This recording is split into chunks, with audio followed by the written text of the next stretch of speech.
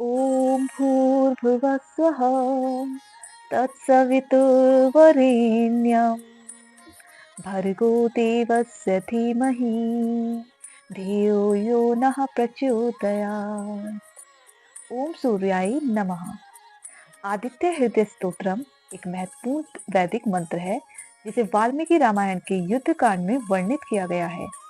यह स्तोत्र भगवान श्री राम को महर्षि अगस्त्य द्वारा रावण के साथ युद्ध में विजय प्राप्त करने के लिए बताया गया था।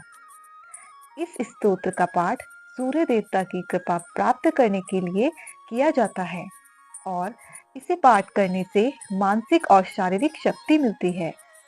इस स्तोत्र में भगवान सूर्य की महिमा का वर्णन किया गया है, जो संसार के सभी जीवों को ऊर्जा, प्रकाश और जीवन प्रदान करते हैं। आदित्य हृदय स्तोत्रम के नियमित पाठ से मनुष्य को सभी प्रकार के दुख, रोग, भय और चिंता से मुक्ति मिलती है। यह स्तोत्र कठिन समय में मनोबल और साहस को बढ़ाने में सहायक माना जाता है। तो चलिए शुरू करते हैं आदित्य हृदय स्तोत्रम का पाठ। युद्ध में थके हुए राम चिंता में डूबे रावण को सामने देख युद्ध की तैयारी कर रहे थे। देवताओं ने युद्ध देखने के लिए एकत्र होकर अगस्त्य ऋषि को भेजा, जिन्होंने राम से कहा, हे राम, हे महाबाहु, यह सनातन रहस्य सुनो, जिससे तुम समर में अपने सभी शत्रुओं को परास्त करोगे।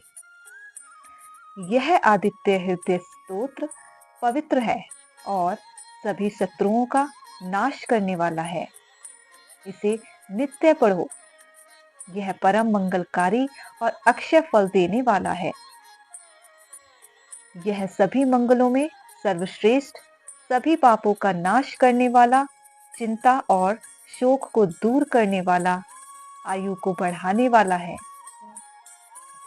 सूर्य को, जो देवता और असुरों द्वारा पूजित है और जिनकी किरणें चारों ओर फैली हुई हैं, उनकी पूजा करो। यह देवता सभी देवताओं का आत्मा है, तेजस्वी है और किरणों संपूर्ण लोकों का पालन करता है। यह ब्रह्मा, विष्णु, शिव, स्कंद, प्रजापति, इंद्र, कुबेर, काल, यम, चंद्र और जल के देवता हैं। पितृ, वसु, साध्य, अश्विनी कुमार, मरुत, मनु, वायु, अग्नि, प्रजाप्राण, ऋतुकर्ता और प्रभाकर भी यही है। आदित्य, सविता, सूर्य, आकाशगामी, पूषा, किरणमय, स्वर्ण सदृश, हिरण्यता और दिवाकर हैं। हरिदश्व, सहस्त्र, सप्ताश्रथ, मारीचिमान, अंधकार को मिटाने वाले, शंभु, त्वष्टा, मार्तंड और अंशुमान हैं। हिरण्यगर्भ, शीतहर, तपस्वी, भास्कर, रवि, अग्निगर्भ, अदिति के पुत्र, शंख और शीत नाशक हैं। व्योम के स्वामी, अंधकार नाशक, ऋग्वेद, यजुर्वेद और सामवेद के पारगामी, मेघों से जल बरसाने वाले, विंध्य को लांघने वाले हैं। ताप देने वाले हैं। मंडलाकार, मृत्यु, पीतवर्ण, सर्वतापी, कवि, विष, महान तेजस्वी, लाल वर्ण सभी का उद्भव है। नक्षत्रों, ग्रहों और तारों के स्वामी, विश्व के पालनहार, तेज में सबसे अधिक 12 स्वरूप वाले हैं। तुम्हें प्रणाम। पूर्व और पश्चिम के पर्वतों को प्रणाम। ज्योतिर्गणों के स्वामी और दिन के अधिपति को नमस्कार। जय के दाता, हर्यश्व, सहस्त्रांशु, आदित्य, आपको बार बार नमस्कार। उग्र, वीर, सारंग, आपको नमस्कार। पद्य प्रबोधक, मार्तंड, आपको नमस्कार। ब्रह्मा, ईशान, अच्युत, सूर्य, आदित्य, तेजस्वी, भास्कर, सभी का भक्षक रौद्र, आपको प्रणाम। अंधकार का नाश करने वाले, शीत का नाश करने वाले, शत्रु का संहार करने वाले, अमितात्मा, कृतघ्न का नाश करने वाले, ज्योतियों के स्वामी, आपको नमस्कार।